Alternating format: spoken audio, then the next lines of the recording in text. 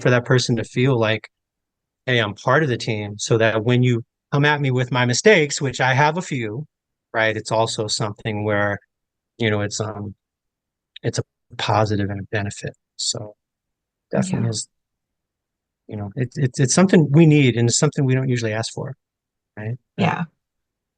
Patrick Lencioni has a book that connects to that. It made me think about it was called originally The Three Signs of a Miserable Job, and I think that was rebranded and republished as like The Three Signs of Employee Engagement. He went Yeah. from uh, positive or negative to positive, but Yeah, well, um, he did five dysfunctions of a team to the five functions of a team, right? So yeah, exactly, totally. exactly. I Yeah. think he did. I think he did a lot of rebranding with the newer versions. But Mhm. the one that I have is The Three Signs of a Miserable Job. And one of the things that he talks about there was anonymity. That one of the biggest signs of a miserable job, or if you want to flip it to the more positive, one of the signs of employee engagement is that people don't feel anonymous. They matter. They matter as a person, not necessarily the productivity that they bring to the work, but which is important. It is important because we get hired to do jobs. The whole point of having a job is you do work for money, right? So that does matter. But to get people really engaged, they have to feel like they are connected as a person. And if you don't feel like you matter as a person, that's how you become actively disengaged. So if I feel like my work doesn't matter, if nobody cares I'm there or not there, if my boss doesn't notice I'm a human being, I'm not going to be as engaged, which again goes back to the drama triangle. Now I'm a victim. Nobody cares about me. Why should I go the extra mile? My boss is a jerk. My coworkers hate me. You know, I'm And we not in start the layering clique. it. Yeah, Yeah. I'm not in the And clinic, we and start that's layering why. it, which makes it harder. It compounds it, right? So then Yeah, we saw one issue, then we have five others to feel we lose trust, and that trust, just the layers just, override our trust. it all connects. It all connects. So I don't know, like going back to like the feedback, the positive feedback. You have to know that we care about each other, and I don't. I like run a fine line between like being too touchy feely and like being professional. Like I don't need my boss to like know my likes and dislikes. But I'm a human being. Acknowledge that I have a life outside of work. Acknowledge that outside of the 8 hours or 6 hours or 20 hours or whatever I'm working in a day, that I have other things going on that we do bring to the workplace. There's not a little cubby at the door. You're like, oh, here's my personal life. Boom. Let me leave it here and be Mhm. immersed in work. And then when I leave work, I can leave work there. And it's not that simple, right? Um, but the acknowledging the humanity is such a huge piece, and I think that especially during the pandemic a lot of that was lost because we don't see each other's faces as much, we don't hear each other's voices, we just see a lot of like teams messages and um emails and whatever other tools, Slack. I don't know. I'm not a technology person. All these young whippersnappers and all their technology, but we have all these bells and whistles to connect with each other. But what we lose is that human connection. And I'm not going to go as far as like when you're at work we're a family, because we're not a family. You know what I mean? You can replace me tomorrow if you really wanted to. um I'm replaceable, we're all replaceable, let's just be honest. But but we do have to have that connection with each other, and part of that comes from how do we acknowledge like what people are doing well. And I don't think that we're in the workplace, at least the ones that I've worked at, were super designed to do that, to acknowledge that positivity. I know when I supervised, one of the things that I brought into my team meetings, because it was important to me, was instead of doing like the obligatory roundtable at the end of the meeting, where like, okay, let's go around the room. Does anybody have one add anything? And everyone's like, don't say anything, don't say anything, right? The meeting's almost over. I flipped it to let's go around and have everybody share something positive that's happened to them, a success story, or any gratitude or acknowledgments that you want to do on the team. And so the first few times I did it, it was awkward. It was super weird. Like, thank you, Carl, for returning my email last week. Like people weren't really into it. And pretty sure they had a pretty interesting meeting after the meeting. Like, what is she doing? Why is she making us do this weird stuff? But I will also say that with time, that was almost the part of the meeting everybody looked forward to. And some really nice things started to come out of those conversations. And I noticed that people were working well together and they were more open to the negative feedback because they were seen as a whole person, the good and the bad, not just, hey, I got this from you and you made a mistake. It was like, hey, I got this from you. Here's a mistake. Let's figure it out. Let's see what we can do to get on the same page versus that, us versus them mentality that's very, very indicative of the drama triangle. Yeah. Subtle, Yeah. subtle, but effective. Yeah, and I've done that too, and I've experienced that. And one thing I recognize is people really respond when they get feedback, not even just from bosses, but from each other, right? And they support each other in that way. I've been in I ran a day camp 100 years ago where we had flip chart paper and it went around the classroom. It started with one piece of flip chart paper. By the end of 2 weeks, it went around the classroom twice, and it was a large classroom, right? With people saying, "Thank you for taking care of my counselor." I mean, thank for my for watching my kid when I was taking care of the other kid, or thank you for getting EpiPen, right, or whatever else it Right. was, where people were catch, hey, that was a great story you told, or great way to lead the songs and things like that. People really waited. Oh, I'm going to put that on the staff shines paper, right? And it was something that people look forward to, not just to read about them, but to see other people, to be able to write about other people and to see how they recognize other people and how it's being received, right? And Right. so it's definitely something that can build camaraderie. And like you mentioned, we don't have to be a family. I think the best teams I've been on have functioned in a family way. I mean, because think about family. I mean, do we get along with Auntie Emma all the time? Or Uncle Tito, right? Hey, Everybody's got an Uncle sometimes Tito. Uncle Tito just got to go. Everyone's got an Uncle Tito, right? So you know we we have family that we like more than others, Right. right? But at the same time, we know how we have each other's back, and I think that's the Right. important thing. How do we support each other, where people feel the psychological safety of what it is to come in and feel supported rather than being thrown under the bus, and that if I'm giving you feedback, it's because I want to help you develop. I want us to develop in a positive way. And if you're giving me feedback, it's not because I'm doing something wrong. It's because, you actually want to see that idea of development, whether you are a boss or a line staff, right? That Right. feedback has to go up and down the chain. So I have a question here, and I just want to know your perspective. So, we've talked about the drama triangle and how easy it is to get stuck there. We've talked about the alternatives in the empowerment dynamic. But what if you try to be the challenger and you try to be the creator and you try to be the coach and the other people don't respond? Is there another triangle?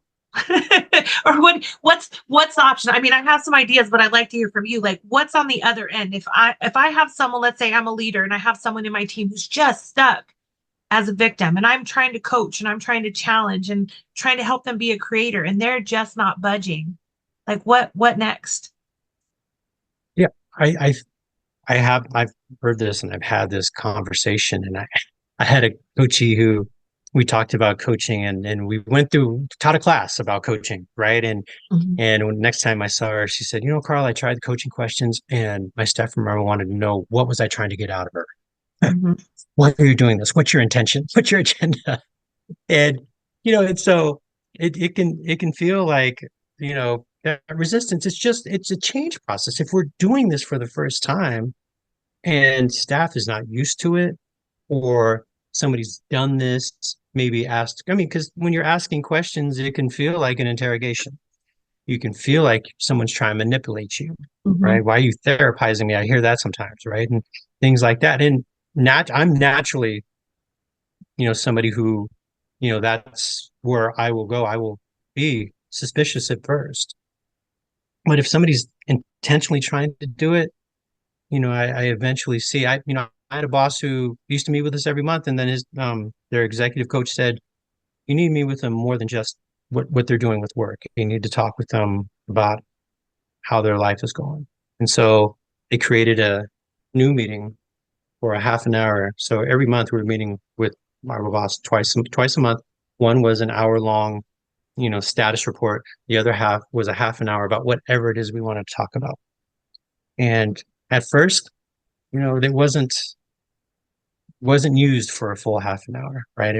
And then, because worried about people's intentions and how are you going to use this against me and why are you asking me this information about our families, right? And so, and so eventually we look forward to that as much as we look forward to the status report, right? And this person was very task focused, so this was something that they had to do intentionally, right? So this isn't something that came naturally that they wanted to hear personal stuff, right? Mm-hmm. But the more that they started doing it, the more that we recognized, that they were, you know, no, we're not going to stop doing this. This wasn't just a fly by night thing. This is the problem. When we have meetings, I mean, how many meetings do you have that get rescheduled? And the next thing you know, well, we're just going to schedule it to the fact we're going to schedule it to be the next meeting, right? Yeah. Or you have a meeting a week before the next meeting. Why are we doing this, right? And so, people don't trust these things if we're not going to be consistent with them, right? Then trust is about what? Consistency and integrity, right? You do what you say you're going to do, and I don't have to watch you to do it. And you're that same person, or it's the same experience whenever we see each other, which is very hard, right? Because we're not always the same person. When we wake up, we might not be the same person we were before the migraine, or before the New Year's Eve party, or whatever else it was, right? So I think it's consistently doing it. So, and I told my coach, she was, you want to know why I was doing it? Just say I'm trying something new. I want to, I want to improve my connection with you guys. That's something you said that we didn't have. And so I'm trying something new. So if you can work with me, I'll definitely try to work with you all and see how it works out. So I'm interested. We're having a coaching session coming up. So it's interesting to see, how that's played out over the last month. And but so I think the more that people know that you care, like you mentioned earlier, the more that people know that you care about them and that they matter, the more that they will buy in. It's just, like I said, history. I've never had a boss that's done this. I hear that all the time. Well, I never had this when I was coming up, and I don't understand why my staff needs to do this. You know what? I never had it when I was coming up either. But now that it's happening, man, I wish I would have had it when I was coming up. That would have been cool. I would Right. have appreciated it. But people want to, I was thinking about, how people talk about when they talk about, when they were young and we were able to do things. We used to drink water out of the hose and we used to, play, outside until the streetlights came on. How many people, when they're speaking about it, are smiling about it? We used to drink water out of the hose. We used to play on the slip and slide on concrete. We used to stay outside. We used to have to stay outside till the streetlights came on. They look like they're angry about it. They're speaking super loud about it, like they're frustrated. It doesn't sound very nostalgic, like in a positive way, even though maybe that's what it is, but they don't always sound happy about it, right? So why does that come up? That's a question to ask. Why is it that we hold on to these things that we didn't have, and we resent folks that are experiencing this now in a positive way, Right. right? And so I just consistency, it's just even with the pronouns. If you tell me that you've changed your pronouns, my job is to make you feel comfortable in your skin. So how can I accommodate that? And guess what?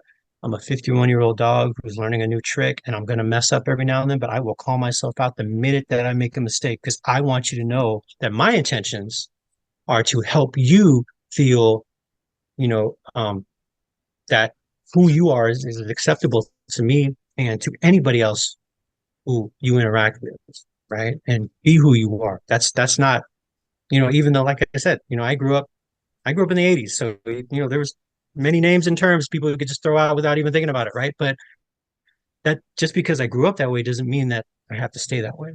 And I hear that, Yeah. well, I grew up in a different time. Okay, cool. This is this time. What can we do And about it? you How evolve. can we fix that? and you evolve. Yes. You have to Yes. It's called a evolve. growth mindset. Yeah. Yeah. It is interesting. It's interesting that you bring that up because I hear so many leaders like, well, I struggled and that's what got me here.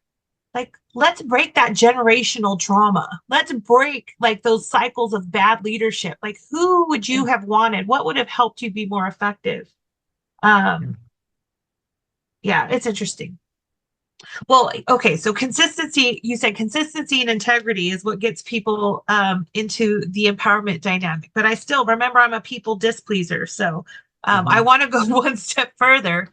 Let's say you've been consistent and you have shown integrity and you still have that one person who just won't budge. What do you do? What's the answer to that? They don't want to be empowered. They just want to be left alone. Okay, I've, but you I've, can't leave them I've, alone because they're not performing. yeah, yeah, yeah. Well, see, yeah, and that's the issue, right? So then there's a time, right? Just like we talked about the leadership styles in the last, in the last segment, you know, there's time for coaching, there's time for empathy, and then there's time to hold people accountable, right? Yes, that's where I was going. I've been trying to And pull it you out. can ask the questions. Yeah. There's times to ask questions and then there's times to state directives, right? And like we talked about, how can you do this? How can you do that? Okay, we've talked about how you can do that, and you've identified those things that you can do. Why aren't they happening? What's going on? Right. Right. And you, I mean, there's the coaching piece, then there's the discipline piece, right? And so you can coach up to a point where until that's another thing that I see a lot. Oh, well, okay, so you keep talking to this person about the same thing. Have you started a formal discipline process where you're holding people accountable? And a lot of people say, well, I haven't done that yet. Okay, well, very often, if you just keep talking about it and coming up with ideas, people are going to think, well, are they really serious about me developing? Or are we just talking about it? Right? Well, okay. Because So we may what's think the that they come up with their own plans, but sometimes we need to help them structure their own plans. right? Well, what's that tipping point where you go from coaching to maybe discipline? What do you think that tipping point is? I think when you've had I don't know if there's a specific amount of conversations that you've Right. had, but when you feel like that person is capable of doing it and we've addressed situations, had conversations about challenges, and you know they're at that point where conversation there's no more conversation about how to address the challenges. The challenges have been identified and solutions have been identified. What's the status? And I think that's actually part of the process, Tiff. I mean, Yeah. you can have a coaching, at the end of a coaching session, how about an action plan? Right. Right. So we're going to try this. Okay. So at our next session, you're going to let me know how this worked. Right. And then, okay, well, it worked. Great. How are you going to keep it going? It didn't work. What did you try? What are some of the things that have done? Okay. What else do you think you could do? And if you get to that point where I don't know what else there is to do, okay, well, then, so we have not just an action plan of what to get done. Sometimes we need to create some milestones, some deadlines, right? Just with goal setting. It's just like with anything. Oh, I need to get back in shape. Okay, well, you keep talking about getting back in shape. When are you going to do it? Right. How are you going to do it? Right?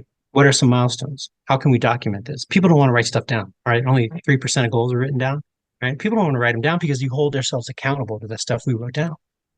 So there has to be a level of accountability, which is hard for a relationship person like me, but you got to get to the point where we need some actionable see and I look at it now as when you are writing things down, when you are documenting progress, it makes it easier if you have to eventually let someone go or move towards progressive discipline. This is a conversation we've had for months, and we've tried different solutions and now we're not, we haven't come to to something that's workable. So we're coming to the end. There's a burning platform, dude. Lights at the end of the tunnel. How are we going to address this? And you have so much time to address it. Right? I've fired people in my life, and the last few times I had to fire somebody, I I felt terrible that they were leaving, but I didn't feel terrible about why I was fired. Right. And I'll tell you, my staff also recognized why they got fired. They weren't mad at me, right? They recognized why these people, and two of them were some of my best employees. They just made mistakes that they were told not to make again, And they right? That did they it were anyway. non-negotiables, right? And so letting them go, as I wish I could have kept them, but we have to, hold the standard. And if we don't Yeah. hold the standard, I tell people all the time, if you're not holding a standard, the rest of your staff's going to say, why does this person get to do what they want or get away with stuff while I'm busting my tail trying to keep the standard up? Right. And it affects morale. Yeah. And so I'm fine with holding people accountable, but I definitely want to do my best to see if we can't build capacity until the point where, you know, we need to start holding people accountable and working that out. Yeah. No, Does that that's answer your question? it does. It does. I'm kind of on that same wavelength. Uh in a very direct way, let's say as the people Yeah. displeaser, I have like the drama triangle, the empowerment dynamic, and in the shadow of that empowerment dynamic, we've got the find out triangle. Yeah. I won't fill in the rest of it, but it's the find out. Like, Find out. Yeah. yeah, you're gonna find out, right? Like for me, when I'm thinking about that empowerment dynamic, it's like as long as you're willing and able to participate in that and you're coachable and you're like taking ownership of your contribution and you're following through on what you say you're going to do, we may stay there a bit longer, but there's always like that breaking point where they're telling you what you want to hear, but they're not doing what they're supposed to do, or they're not consistent or whatever it is. There has to be like that consequence. Here's here's the natural consequence of what you're choosing to do or not do. As part of the challenger role, that's one of the things that you have to do as well is I can help you fix the problem and I still have to let you know this is what's going to happen if you don't. Mhm. Or if you choose Mhm. something else, this is what the next step is. And I'll let you figure out what Mhm. that looks like for you. What do you want to do to avoid this? Mhm. Here are the parameters. I mean, we do that with welfare to work clients. Like the sanction's going to happen. If you don't want the sanction, this is what you need to do to avoid it. And I'm happy to help you get there. But if you choose to not do the things that you're supposed to do, here's the next step for you. And I'm not choosing that for you. You're choosing that for yourself by not following through on the obligations, right? And the same is true with employees. Like we're giving you money to do this job. And if you're not doing the job for the money that we're giving you, then you don't get to keep not doing the job and keep getting the money. Right. I want to help you do the job to get the money, but if you're choosing not to do the job to get the money, you don't get to keep getting the money. Right. And I Yeah. think a lot of times in that drama triangle, too many people keep getting the money for not doing the job and they just keep blaming each other. And then we wonder why we're failing as an organization, why we're not meeting goals, why we're not staying productive because we've got all the reasons why we can't instead of how we could.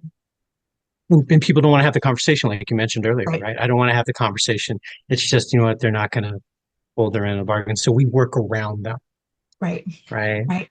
And so that's would you say that that's performance punishment, Performance right? punishment. Yeah. And Yeah. by the way, not all additional responsibilities performance punishment. Like for me, like I've historically been a high performer. I have ups and downs. When I'm engaged in the work, I'll do 110%. When I'm bored or I'm irritated, I'm a solid 60 on a good day. Yeah. I'm just being honest.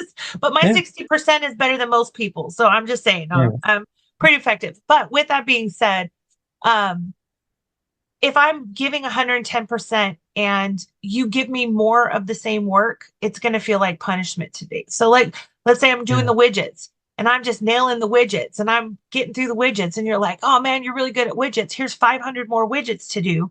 I may not be super enthusiastic about that. But if you're Mhm. like, you're really good at widgets, we'd like you to be part of this work group that's going to help us kind of determine the future of the widget company. I might be really interested in that because it's challenging me versus giving me more of the repetitive work that I'm already bored doing. And so not You all know, extra responsibility is punishment. yeah. Well, I mean, where we see this in our field, where we've seen this is, with caseload equalization, right?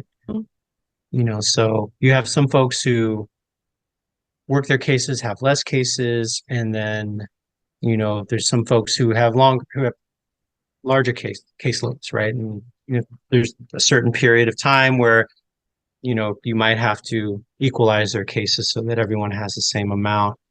Um, and this has happened, and there's different reasons for it, right? And some clients, sometimes it's client generated, sometimes it's case manager generated.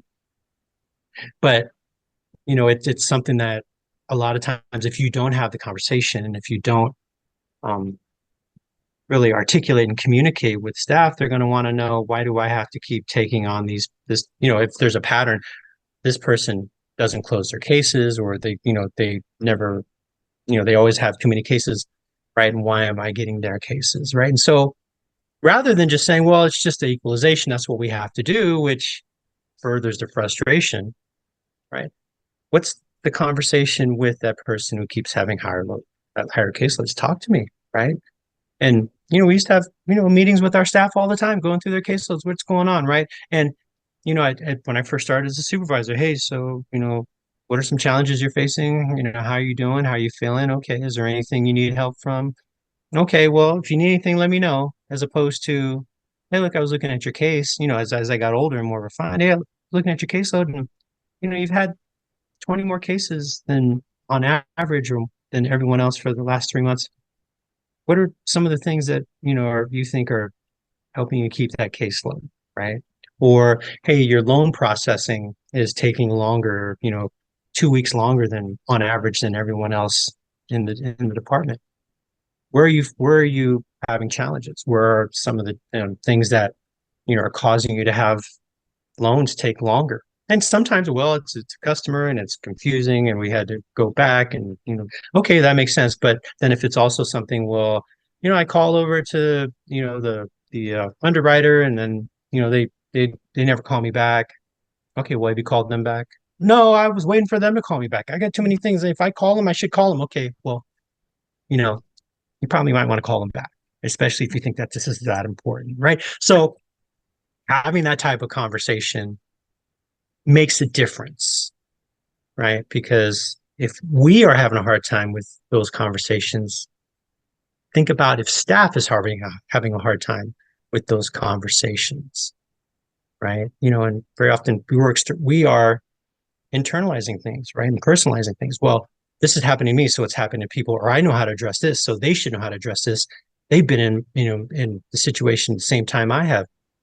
I speak with a senior staff member, at a hospital, and he's like, "Well, yeah, I do really good with delegation. I've been leading for 25 years." Okay, so your two deputies who have 100 people underneath them, how are they good with delegation? I mean, how are they with delegation? Oh, well, one of them's pretty good, and the other one is it's something that's probably an issue. Okay, well, have you had the conversation? No, they've been there as long as I have, and I don't want to have to tell them about stuff that they already know how to do. Well, okay, well, you see, one of them you already addressed. One of them is pretty good with delegation. The other one is struggling. Well, yeah, but I don't want to bring it up in a meeting with both of them, because one of them is already doing well, and I don't want them to think that I'm picking on them. Okay, so how about a one-on-one meeting? Oh, we don't have a whole lot of those. Okay, so And I that's didn't think I needed it, because I only have two direct reports, right? and that's rescuing. And that right there Yeah. is rescuing. I don't want to have the tough conversation, so I'm going to let them enable their ineffective behaviors to avoid the discomfort of a real conversation. Because what if they feel bad? What if they Yeah. feel bad? That's Or what if the rescuing, other person feels like, why are we having this conversation? Right? Yeah, right? So that's absolutely. rescuing. So I know we're Yeah. almost out of time. So why don't we think about maybe some steps that leaders can take to move specifically from drama triangle to empowerment? The first thing I can think of is like when you find yourself or others in that victim mentality, instead of judging them for it or blaming them for being the victim, I think the really good question to ask is what can you do to help? What can you do to make things better? What's the next step that you can take that's going to make this situation better? Like what's within your own power and control? I think that's a really good step to get people to think about their impact versus what everybody else needs to be doing. What do you think from victim to creator? What would be a good action item here?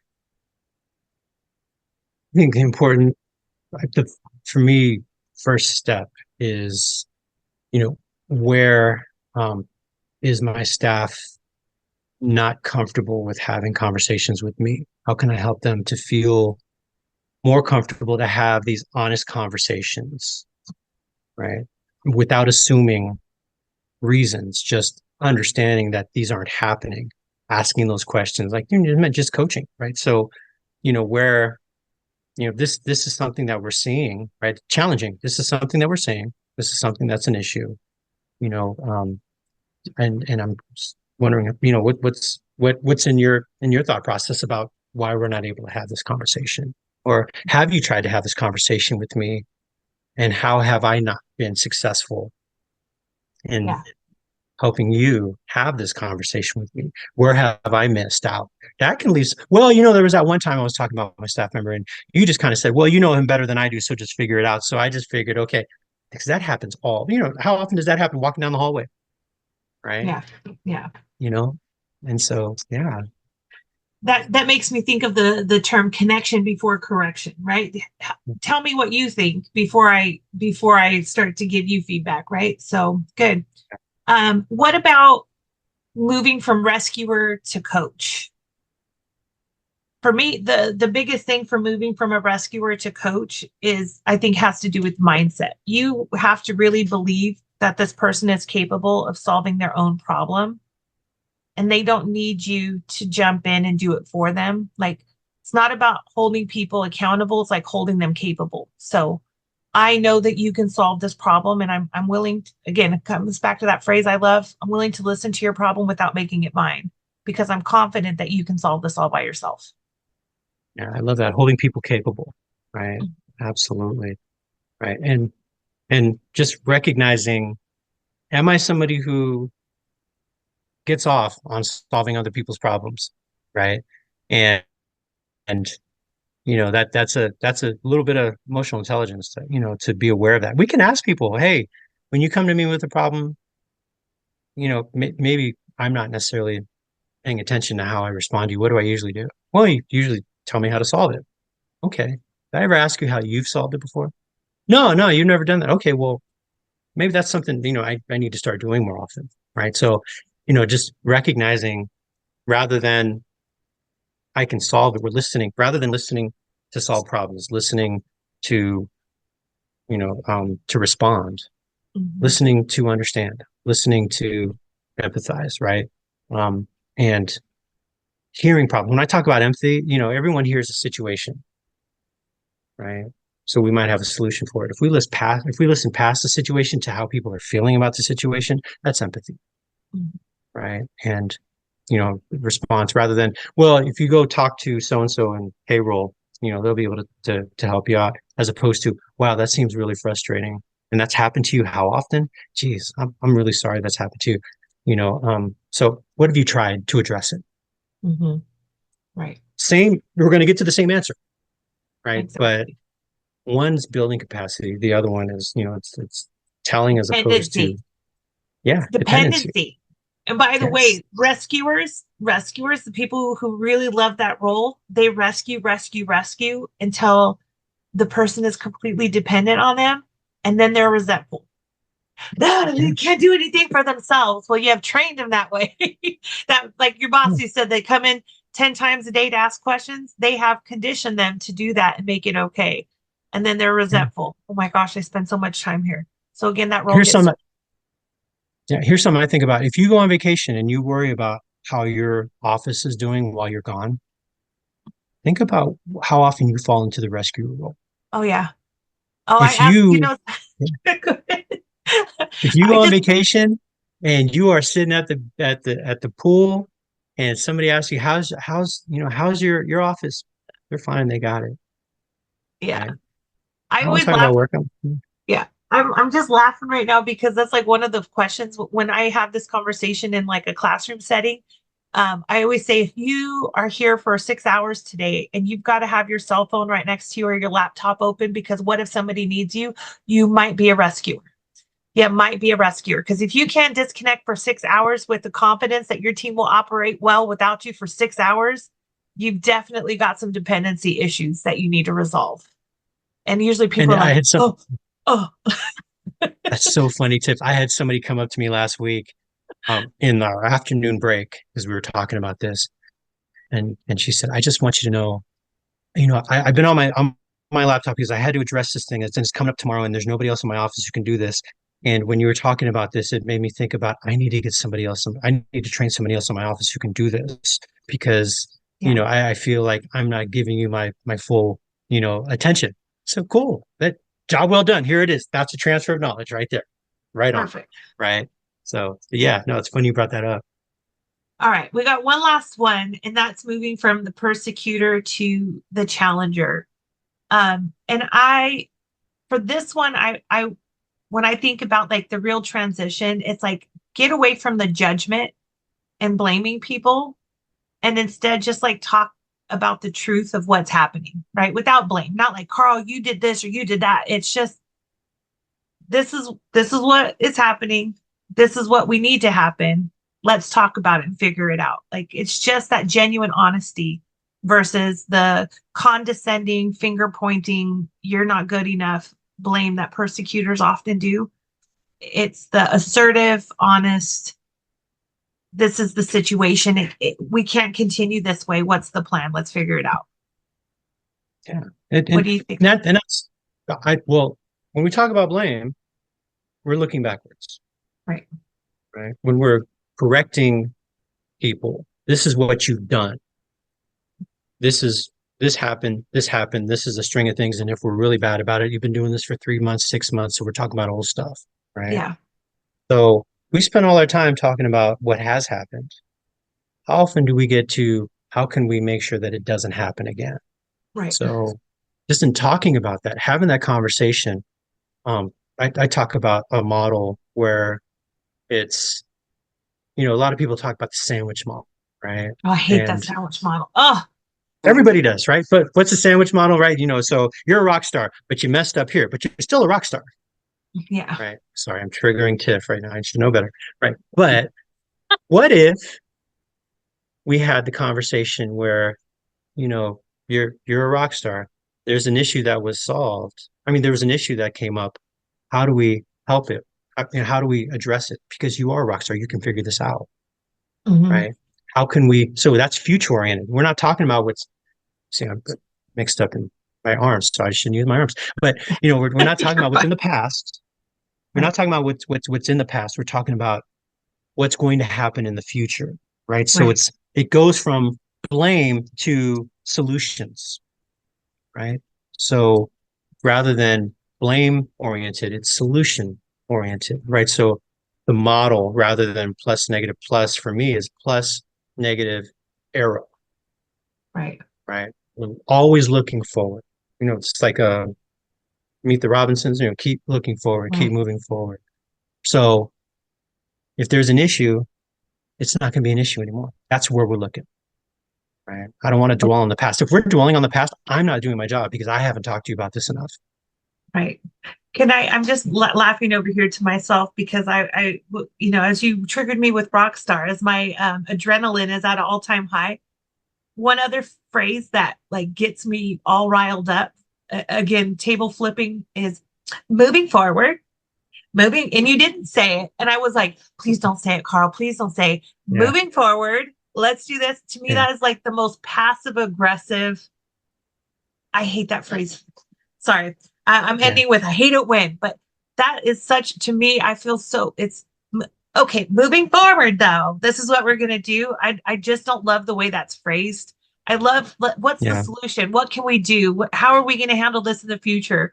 If you had to do it again right now, what does that look like? I love those type of like present questions, but the moving forward, this is what I need you to do. Oh, anytime I get a moving Well, just think forward, about the I struggle with that one.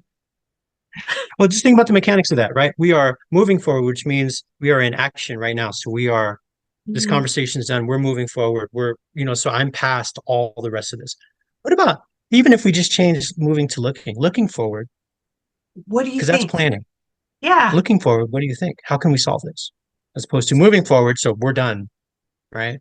Because I'm one of those people who I'm a literal person, right? right. So, and I have to intentionally say I'm not going to be literal, right? So, yeah, moving Yeah, forward, boom. Looking forward. Now we're Okay. imagining the future as I'm opposed just to saying, going into the future without a plan. Right. So I hear I'm it. just saying, yeah, to each their own. I am victimized by the phrase moving forward. And whoever says it will be the person. You know, I think the reason why it's always the context of how it's used. Like we're talking about a problem and we're like, okay, but this is the problem and here's some solutions.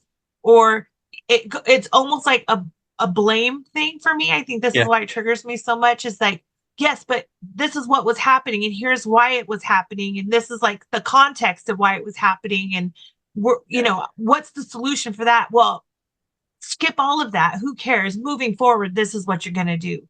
And then I'm like, Mm. oh, Yeah. Well, buckle moving your forwards and seatbelt. yeah, yeah. Yeah, moving Moving forward. forward, you're going to have Usually a there's hard an time. order. Yeah, Yeah, there's a direction, right? yeah, Looking forward, that's more yeah, inviting you to join me in the conversation. It's yeah. more collaborative. So, But to each their but yeah, own. I'll just stay To away from each their forward. own. Yes. Yeah, you didn't say it. And I was like, oh, thank God, Carl, because we'd have to close this whole thing, end it, done. Second podcast, last podcast. We're over. I So was what if we breaking just up with said, you. so rather than saying moving forward, what if we just said, now keeping it real, right? Keep it real. Yeah. Or no, yeah, the next step is anything but moving Yeah. forward. Yeah. Again, it's a personal preference. It's a personal preference for me, but I think it's just always used in such a passive aggressive way. I don't think it's intentional.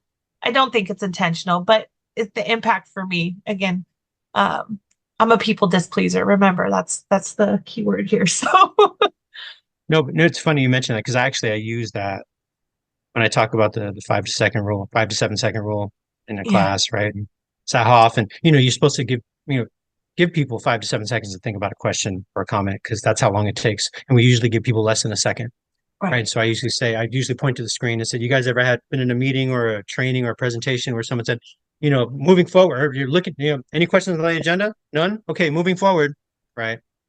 So that's definitely, I guess I probably subconsciously hate it as much as you do, but maybe It's just, a buzzword. It's one of those buzzwords that, again, it's performative.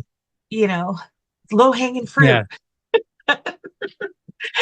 Anyways, Uh, well, all right. Carl, I think this was a great conversation. I definitely, can recognize myself in that drama triangle in certain situations for sure. I would really prefer to be in that empowerment dynamic, and that's what I strive for. But I'm a human being like everybody else, and I know for me moving forward, looking forward, I want to be more intentional about staying out of that drama triangle, especially in that rescuer mode, or again when I'm maybe frustrated a bit in that persecutor mode. I don't want to be known as a bully. I don't want to be known as an enabler. So I'll definitely be paying more attention to that as we start this Yeah. next period of time. Yeah. Rather than being an enabler, we can be a capabler, Capabilitor, capabilitor. a Yes. See, that's another Tiff capabilitor, word. See, that's our a Tiffism Tiffany's. of the day. That's a Yes. Tiffany's word, a capabilitor. We're going to be more capabilitors versus enablers. I love that. I'm going to write that in my dictionary. A That's the new capabilitor. name of our podcast, the capabilitors, right? So yes. Let's hope All so. right. Well, thank you for joining us, and we'll definitely see you next time. I'm Carl, And I'm Tiff. and we Keep are it keeping it real. real. All right. See you later.